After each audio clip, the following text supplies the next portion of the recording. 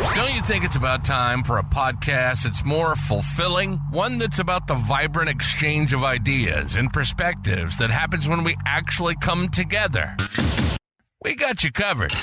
Welcome to the Deep Blue Project, where the depths of conversation meet the waves of personal experience. This is a real, raw, and unscripted show about everything from leadership lessons to self-awareness, wellness, and the latest current events. We cover it all. We have a rotating cast of guests as we share our personal stories, insights, and opinions on the issues that matter most. Plus, we have a blast while doing it. The Deep Blue Project. It's not just a podcast, it's an experience. And now your host, Chris Workman. All right. Hey, everybody. Welcome to the Deep Blue Project. And I know I said I had a holiday special that was going to be the end of the year, but I have a very special guest, and I really don't want to end my episodes on an odd number because it's just not good juju. My wife and I always talk about things. We send messages to each other, and one of the last things we say to each other at the beginning of the day is have no bad juju. So I don't want to have bad juju, so I'm bringing my friend, great guy. We met back in October at IECP. We got to meet in person. He's a great person. I've read his book. Matt Griffin, welcome to the Deep Blue Project, brother. Oh man, thanks so much for having me, man. And again, what a testimony to just faith and awesomeness. And for those that don't know how we came together, man, it's just another God thing, man. Just like-minded people attract each other. And I saw your post on LinkedIn about heading out to IECP and you just releasing your book. And I don't know why, because I just came back to LinkedIn after about 12 months off of LinkedIn. I lost my dad in January, so I kind of took a break from social media, kind of really focused on me and to circle back to who I wanted to be for 2024. And within a week of me be back on LinkedIn, I saw your post. We had never met before. We had never talked before. We had never seen each other before. And I saw that you're going to be out at LinkedIn. And there's something about you and your book. And I just had a comment. And I said I would love to trade. I'd love to trade a book with you if you would be willing to stop by my booth. And that's how this friendship has blossomed. And man, what a great opportunity it was to meet you at ICP and then look at the friendship that we've developed, man. So blessed, honored, and completely humbled to be here with you. And thank you again for having me. No, I definitely agree, Matt. I think one of them things that I have found since I started this back in June and coming out with the book is God is great. You just don't understand where that's going to lead you or where your path is going to go or who you're going to meet. And I think we've talked about this and a lot of us have talked about this is we seem to generate those like-minded people that help us continue that path and continue that journey. And I'm going to let Matt kind of tell you a little bit more about himself. His book, The Journey to Midnight, is a fabulous book.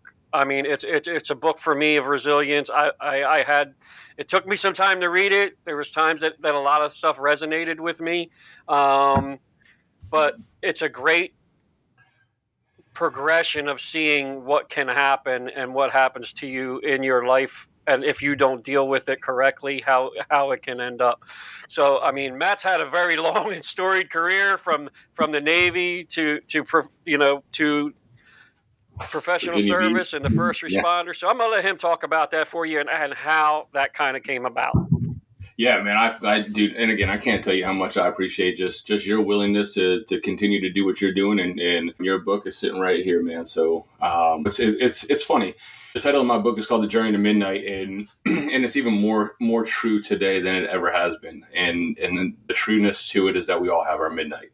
And we all have that day. We all have that month, that week, that second, that minute, whatever the case is, that hour where we would just, where everything just piles up on us. And you look back and you start to think about some of the failures that you've had, and it starts to become overwhelming. And before you know it, you're dug deep into a hole of trauma. And I'm very blessed and man, honestly, just grateful to be here today. Grateful to be above ground and not pushing it up, and grateful to have breath in my lungs. And for every moment that I have a breath in my lungs, I'm gonna tell whoever listens, whether it's one person downloads this or a million, you're not alone. We've all been there. We've all had our midnight, and I'm walking testament, and as are you, Chris, to the fact that we can get to the other side. I think one of the biggest lies that I was ever told was, well, two of the biggest lies I've ever told. Number one is that if you're not strong enough to see it, then this isn't the job for you.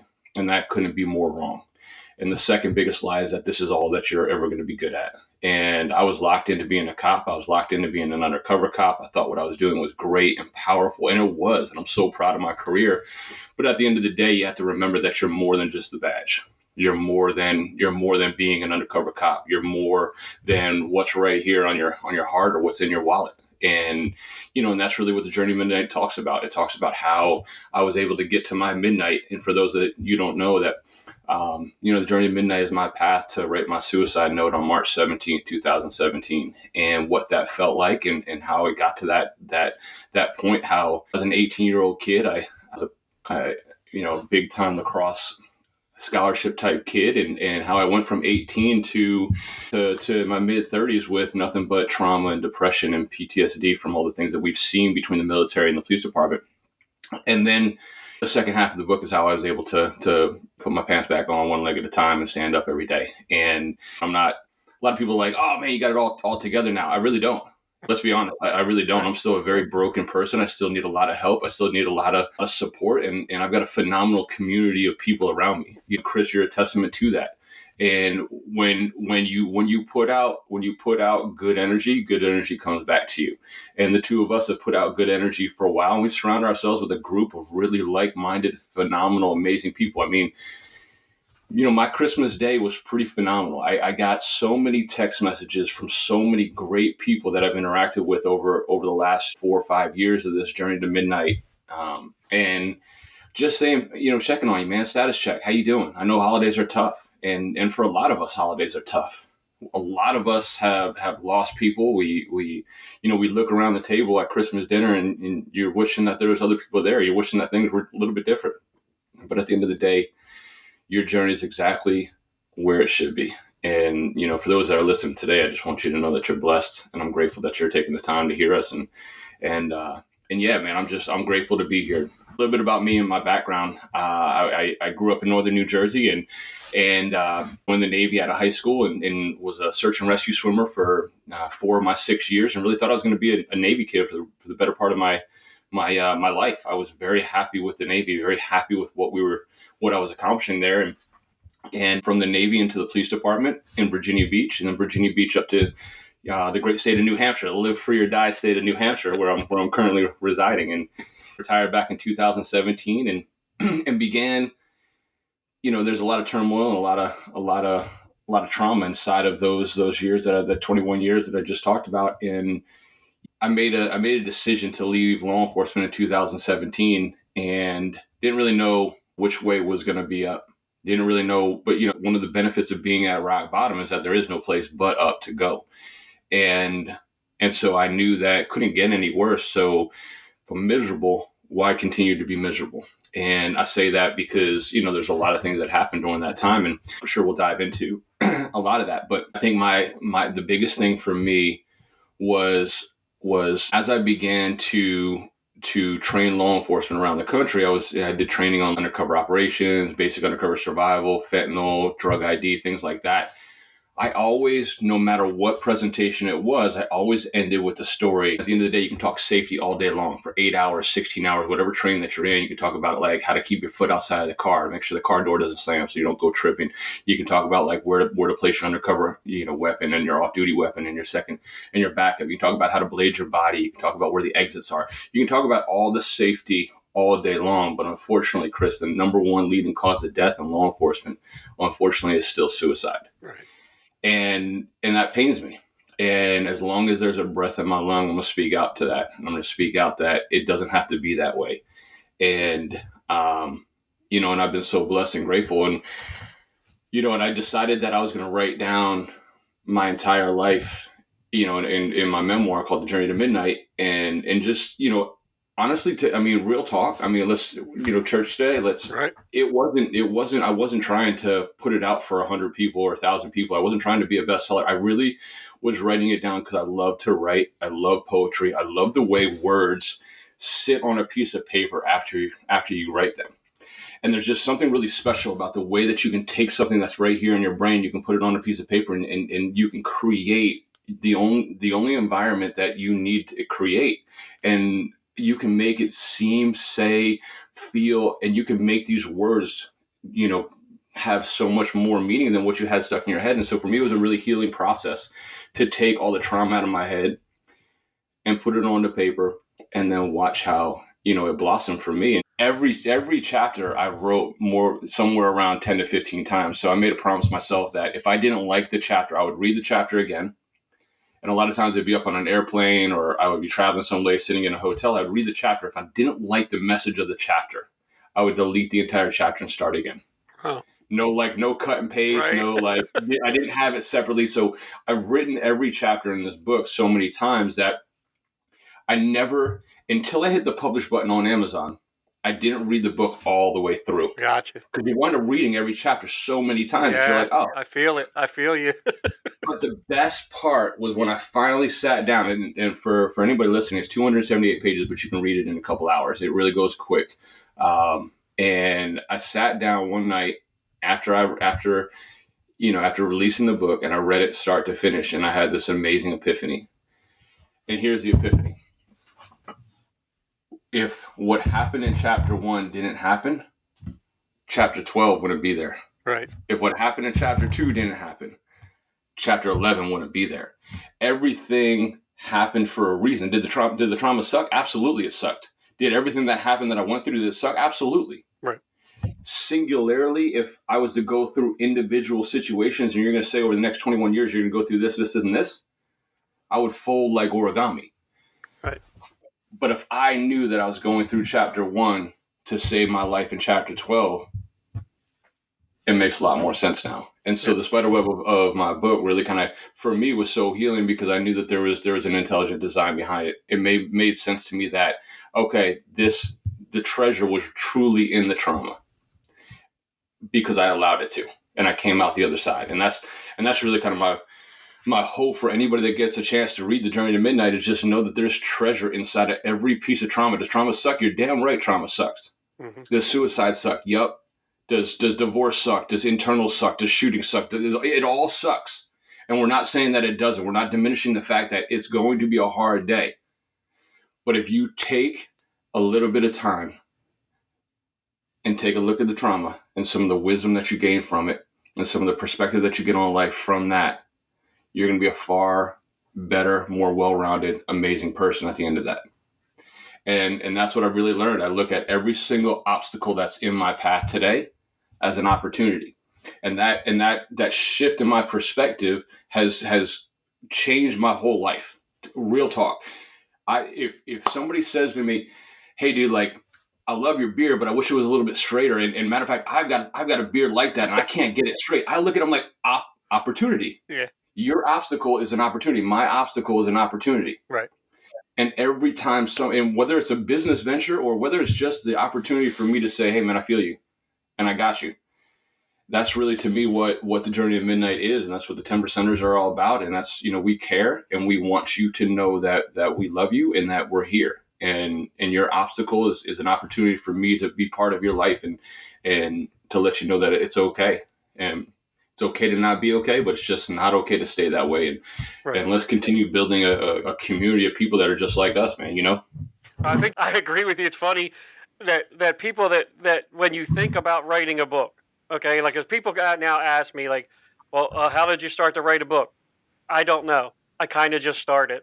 I can't give you an answer to that, because I kind of got to a point where I felt like I needed to do something to get this out of me and get it into somewhere where I could actually plausibly look at it, because I could think about it every single day and do what I need to do every day. But what can I do? Because other shit's not working. What is it? Where's the wall? Like, what can I do? And I actually had started reading. I mean, I hated reading, I couldn't stand reading. Unless it was something that I needed to do for work, which I would do, like policies and procedures and going over stuff and email. like sitting and literally reading a book was not something. It was kind of just lost on years of doing this job. And when I started kind of listening to others and seeing what was out there, and hearing the individuals talk about the things that we have now put in our books and we've gone through, those things started more resonating with me than anything else. And that's where I get your point with the book. Until you write it down, you're looking at it going, like, I didn't realize at the time, like, how that started and ended with this, how that started and ended with this. Yeah. And how we got there, and to look at it and go between, whether it's Silence Behind the Blue Wall, whether it's The Journey to Midnight. I mean, we they all, I don't want to say are the same, but they're not the same, but they're similar.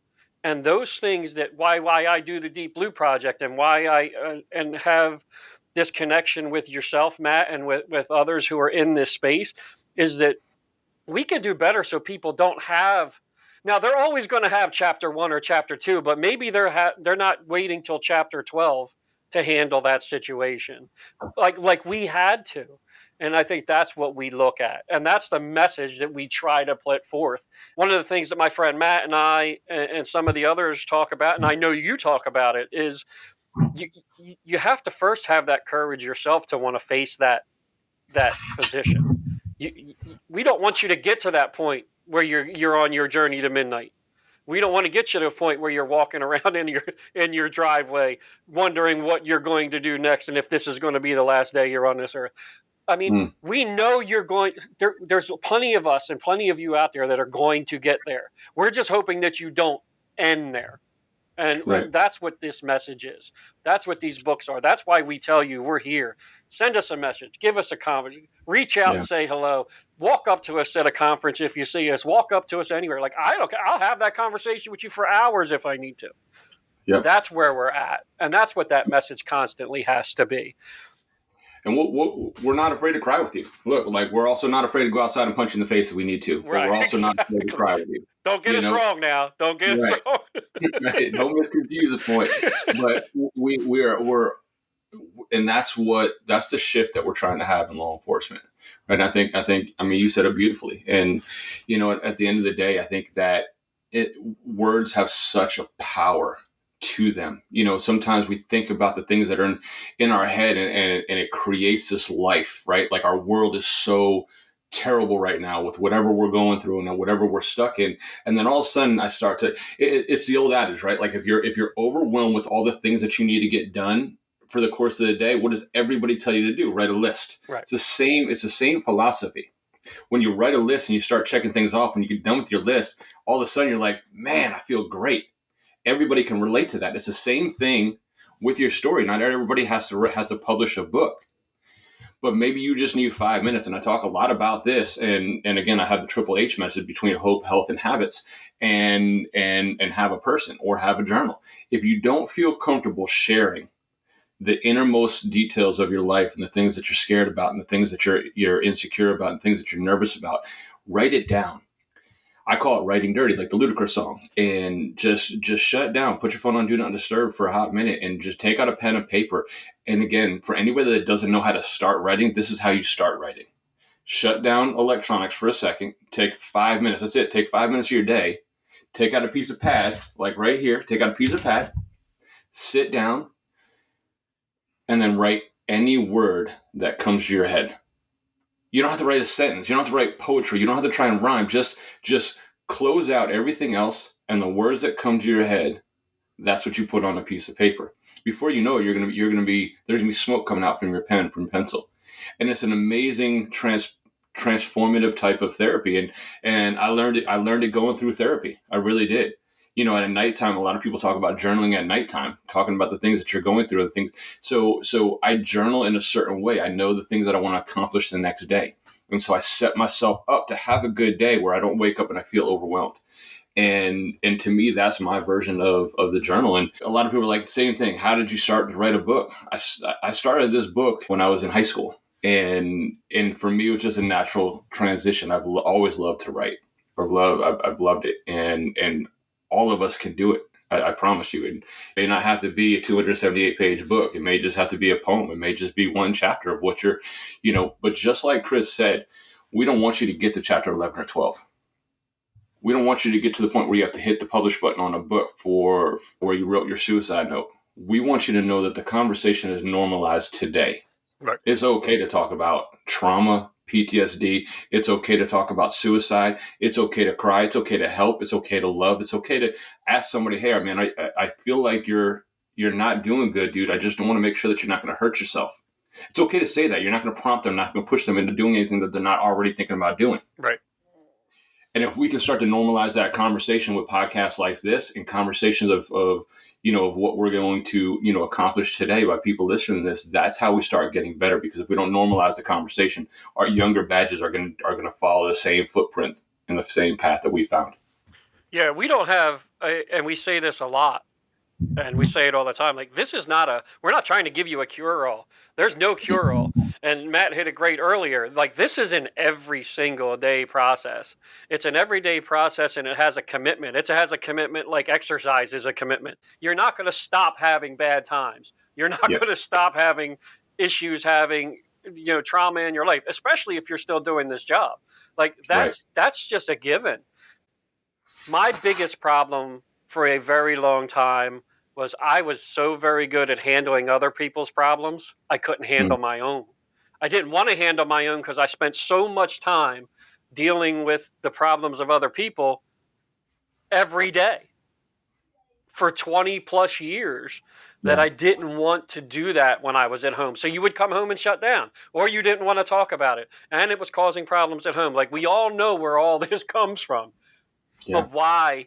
This is the time that people like us can sit here and go, it's okay to talk about it. Like, you really need to find an outlet for that, because there's too many of us dying out there because they're not finding a way, or people are not giving them hope, or people are not making them know that it's okay to get help, to reach out for help.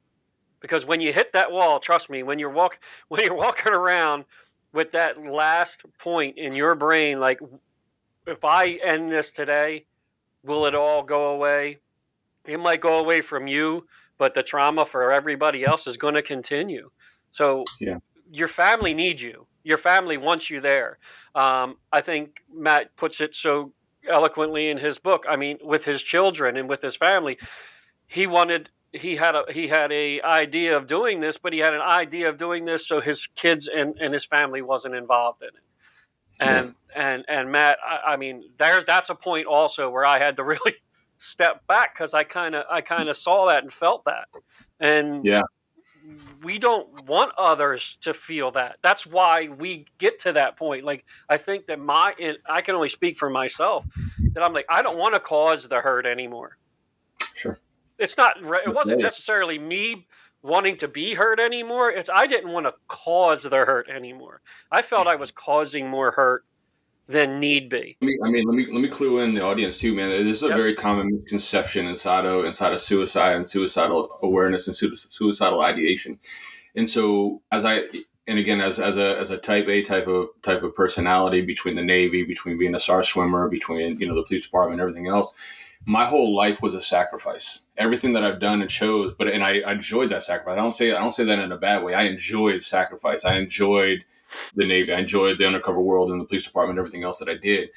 However, when the trauma started to really kind of situate and really kind of fester inside me, and again, we can kind of talk a little bit about it, but after Brian committed suicide, and what I saw and what I felt was that it wasn't suicide, because my entire life, everybody had said suicide is so weak, it's so weak, it's so weak, it's so weak. How could you do that? How could you take your own life? And what happened was the transition from the weakness of what suicide is to the sacrifice. So it wasn't suicide anymore, it became a sacrifice. Mm-hmm. And so I wasn't committing suicide to be weak for myself. I was committing suicide because I wanted to take myself out of the game and be a better father for my children. Now, I know that sounds completely contradictory to what it is, but at that time, that's what my brain and the trauma and the depression was telling me, was that you have to be strong for your children and you have to take yourself out of this game. And taking myself out of the game as a sacrifice was ending my life so my children didn't have to. But that was the lie that was my brain was feeding me from the depression. Right.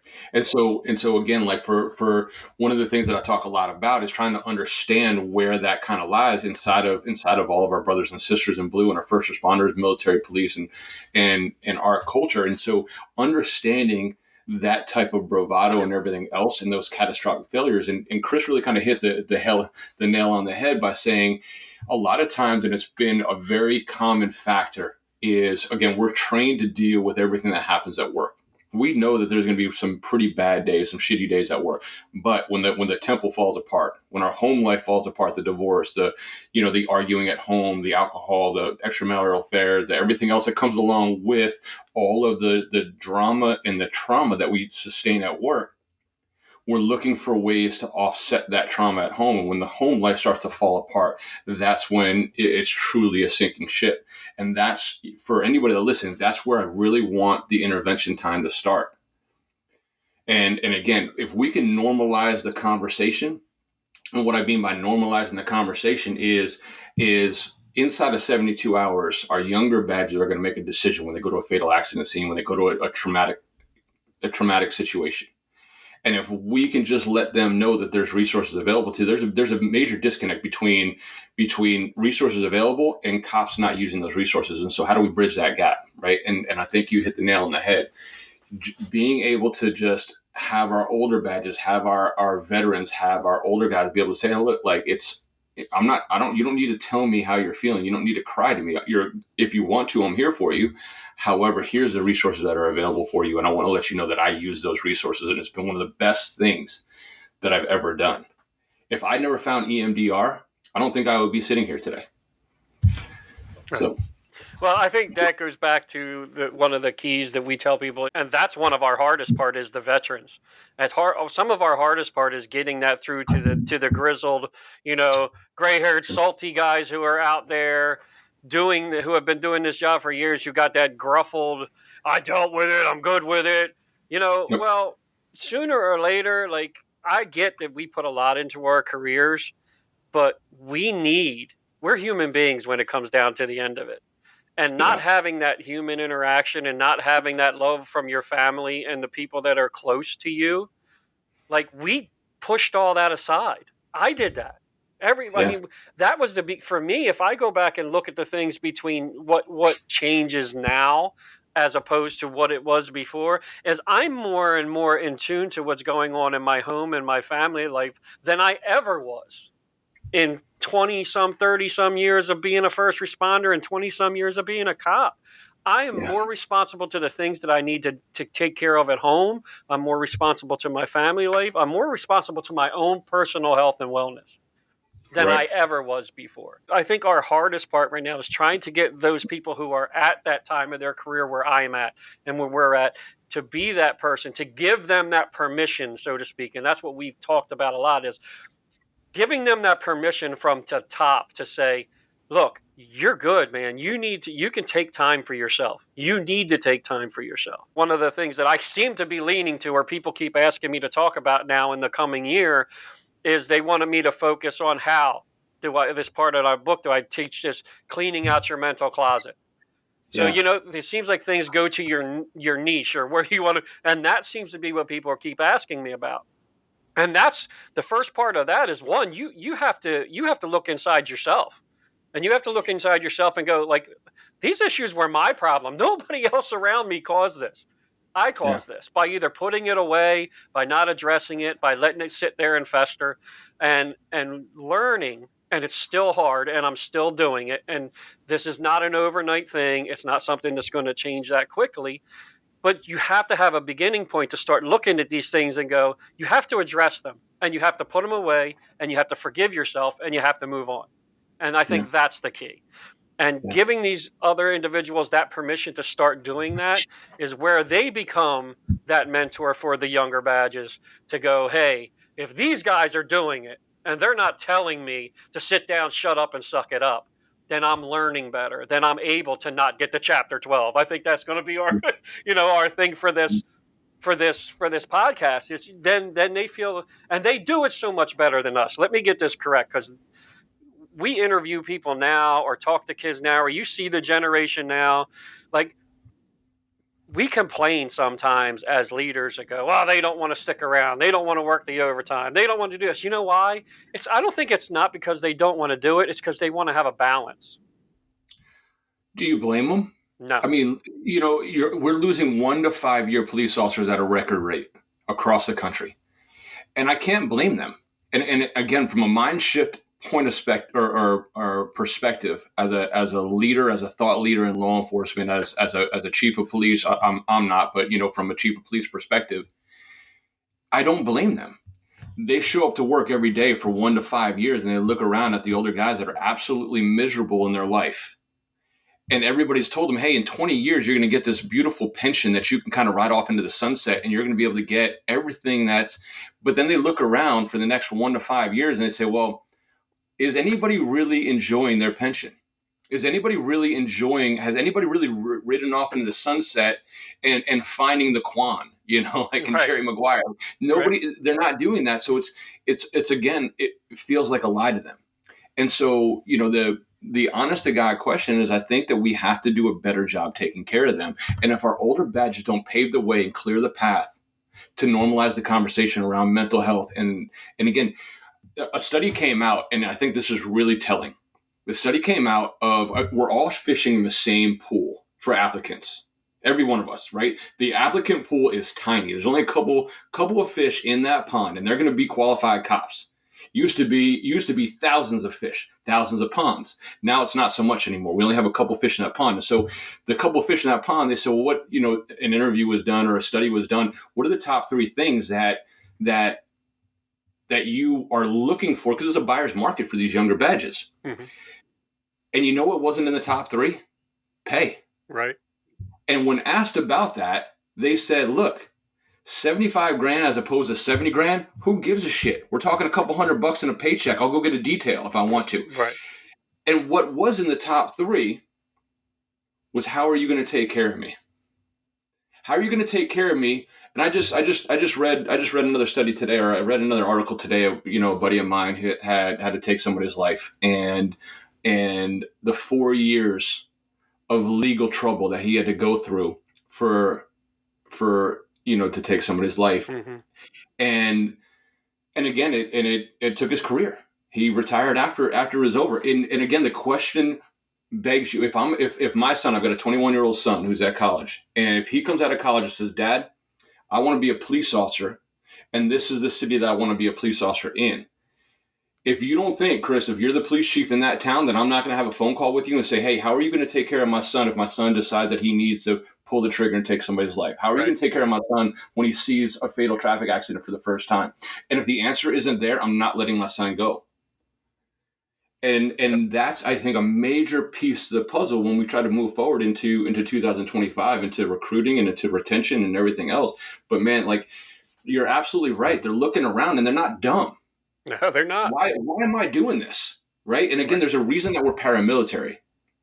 So the military did a study way back. And I know this like 3 times I've mentioned a study. No, I do a lot of reading.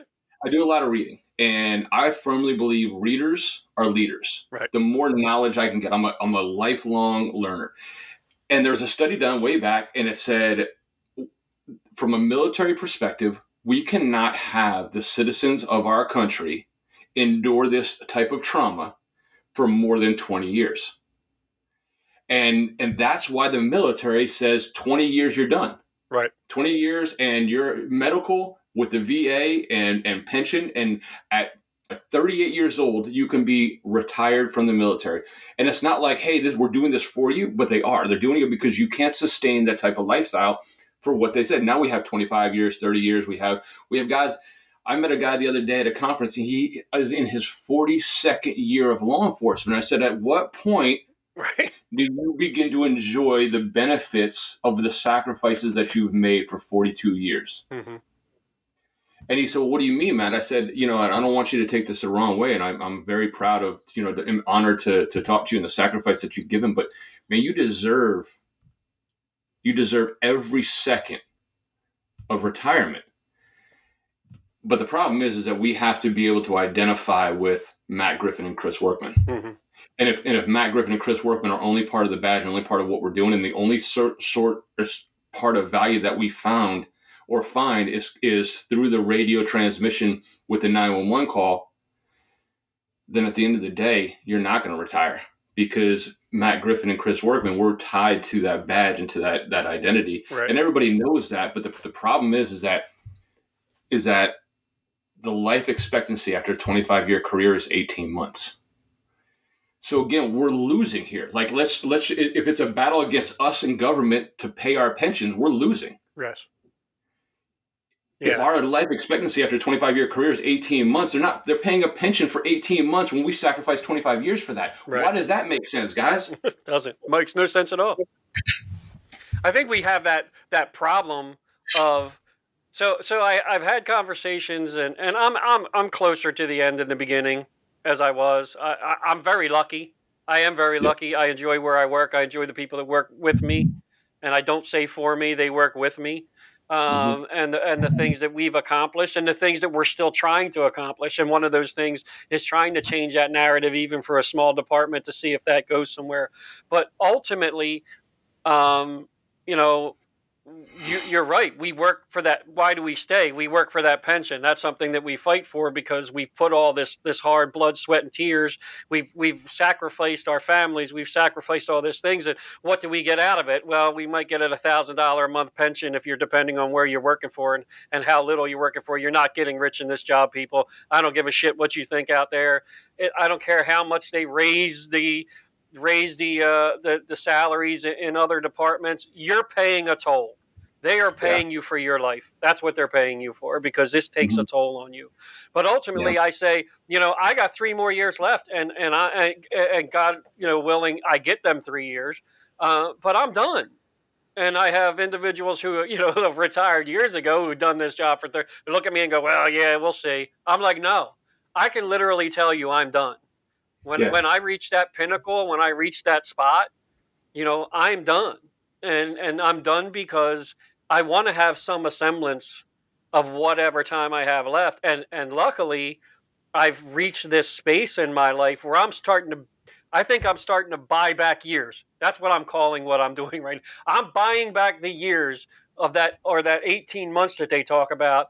My shift in my mindset and my hope to shift the mindset of other individuals because of the trauma that takes place on you during this job is the earlier that you make that shift, the earlier you buy back time, the earlier you get more time back.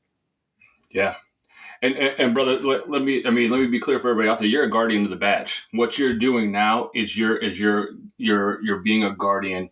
Like we came on the job, protect and serve. We're going out and serving our communities. Now you're in a position where you're serving everybody else that's protecting and serving. So you're a guardian of the badge, which is a phenomenal aspect to what you're doing.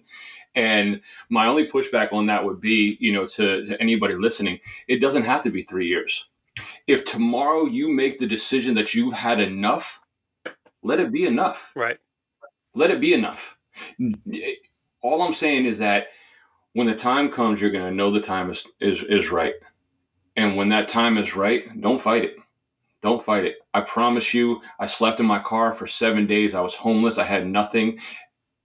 If you put your mind to it, you're going to succeed. You're going to. I promise you. There's a lot of things out there that nobody told me were out there. There's a lot of different jobs out there. There's a lot of different ways to make money. There's a lot of different resources available for military, police officers. And again, from the end of the day, think about from a work source perspective.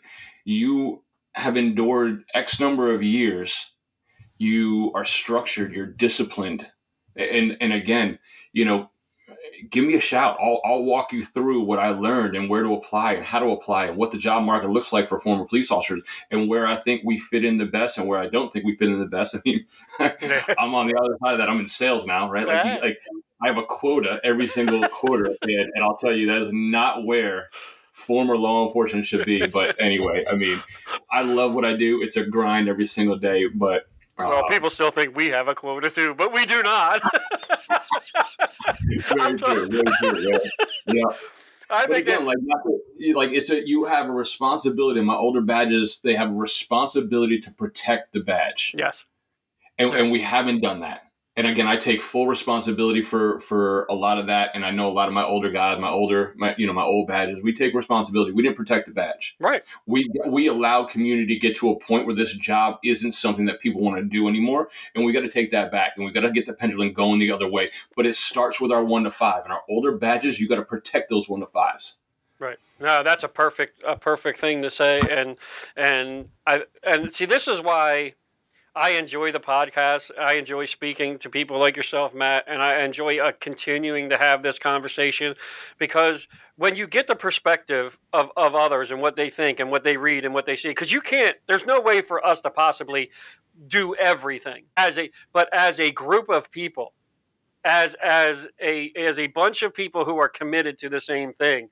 Wow, you can move mountains, because a group can move mountains if they and I think that I am so grateful since that I have decided to embark on this, and I have decided to put my ego aside, and I decided to look into myself and go, you're the dumbass who did what you did, and you need to own up to it, and you need to deal with it. But it doesn't mean it has to stop there. It means you can now go out there and tell people what your story is. Now, you can listen to my story and you can not care, and that's okay. But you can listen to Matt's story and you may resonate with you, or you can listen to John's story, you can listen to Mike's story, or whoever. But these people putting this out there are not putting this out there because they're trying to gain any kind of recognition from it. They're telling you because they care about you.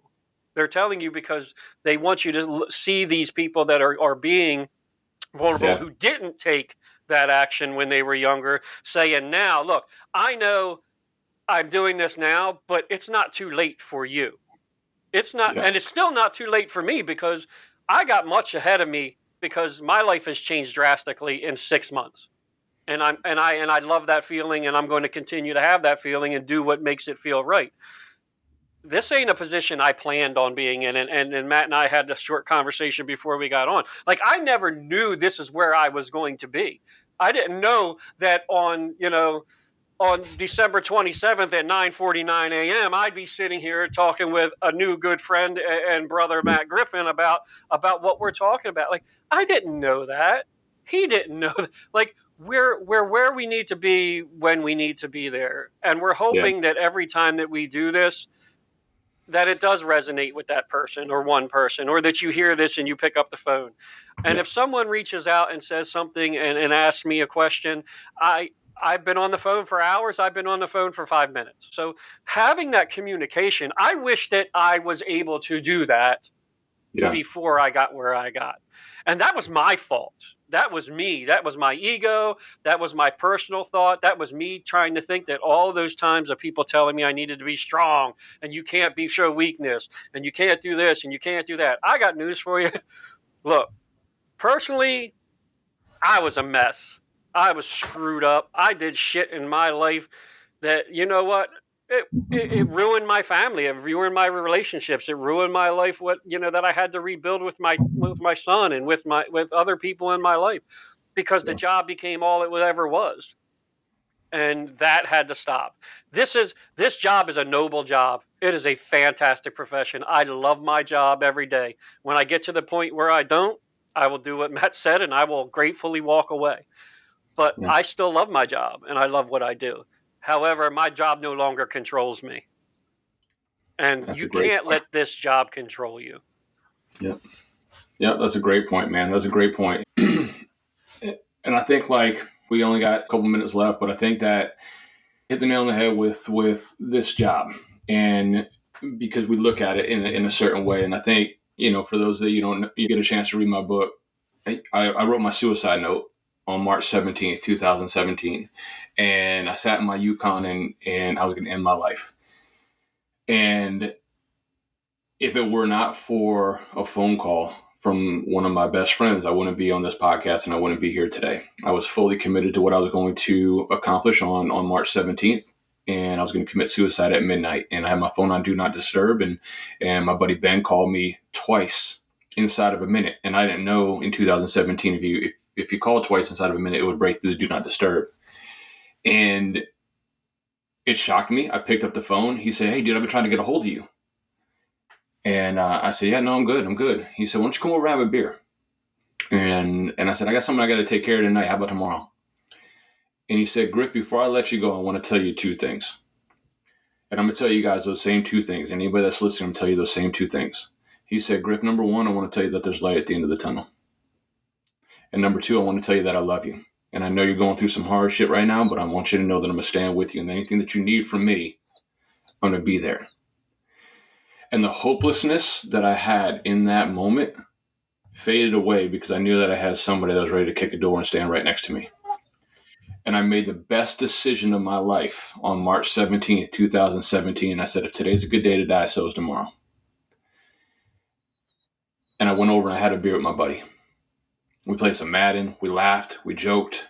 And then on March 18th, I made the same decision. I said, if today's a good day to die, so is tomorrow. And I kept pushing the decision off a day and a day and a day and a day.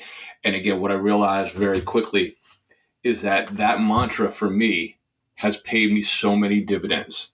Now, if you're struggling and if you're listening to this podcast and you're deciding on whether or not today's going to be the day, or if you're going down that path, what I want to tell you is that I took that mantra and I turned that mantra into every day doing something good for myself.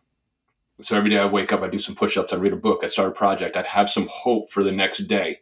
I would book a vacation that I knew I couldn't pay for, but it was 100% refundable if I didn't have it. I had hope. And then I changed that mantra to the mantra that I live in every day. And so if you're struggling, I promise you, if you take that roadmap, I promise you it's going to pay you dividends. Promise you. And the last part of that roadmap is where I'm at today.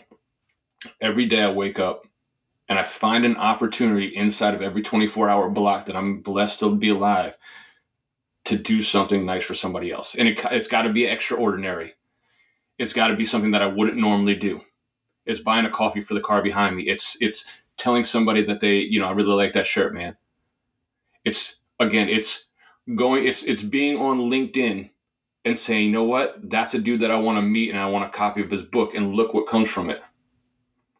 And so if you're hearing me out there, man, think about that roadmap. If you're struggling today, I want you to start by saying, today's not my day. Maybe it is tomorrow. And when you get to tomorrow, I want you to say one more day. And then when you're ready to turn that mantra into start putting your pants back on one leg at a time, start by doing something good for yourself every single day. Just could be one thing. And if you get to bed at night and you don't do something good and you can't think of something, roll your fat ass out of bed and do some push-ups. That's what I did. And I know that doesn't, maybe suffice for everybody, but it was something good that I did. And then live in that. I'm telling you, the most selfish thing I do every single day is to do something good for somebody else. Man, because I'm here to tell you that it is phenomenal the way people look at you when you just do something, a random act of kindness for them. It's just awesome, man. And I think that's we get more of that. We start building guardians of the badge. You hit a certain year and you become a guardian of the badge, or what we call a checkpoint program, right? You become a guardian of the badge and you're able to take care of your younger badges as they're going through the thick and thin of it. Because again, those 1 to 5s, they're going to be on midnights. They're going to be on evening shift. They're going to be working the weekends. They're going to be flying to those hot calls. You become a guardian of the badge. We're going to bring this pendulum back. We're going to bring this profession back to the limelight that it deserves. And I know the two of us won't stop, man, until that happens. Matt, I can't add any more to that, man. I thank you, my brother. I appreciate you being here on the Deep Blue Project. I appreciate you being my brother. And I love Absolutely. You, man. And anything love you ever need, you know that I'm here, and I know you're there for me. So I want to thank you all for joining us. I want to wish you all a happy new year, a happy 2025.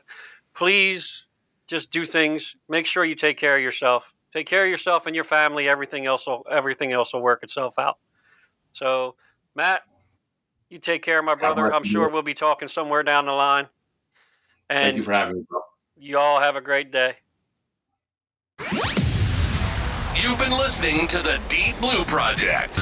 As a father, husband, friend, and someone who loves to chat about anything and everything, Chris brings over 3 decades of public service experience to the table. With a background in firefighting and law enforcement, along with degrees in criminal justice and behavioral science, he's seen it all, and he's learned a thing or two along the way. We hope you enjoyed the show. If you did, make sure to like, rate, and review. We'll be back soon. But in the meantime, find us on LinkedIn and X at Deep Blue Project. Find our website at deepblueproject.com, and to reach out, send an email to deepblueproject@outlook.com. Keep keeping it real, and we'll see you next time on the Deep Blue Project.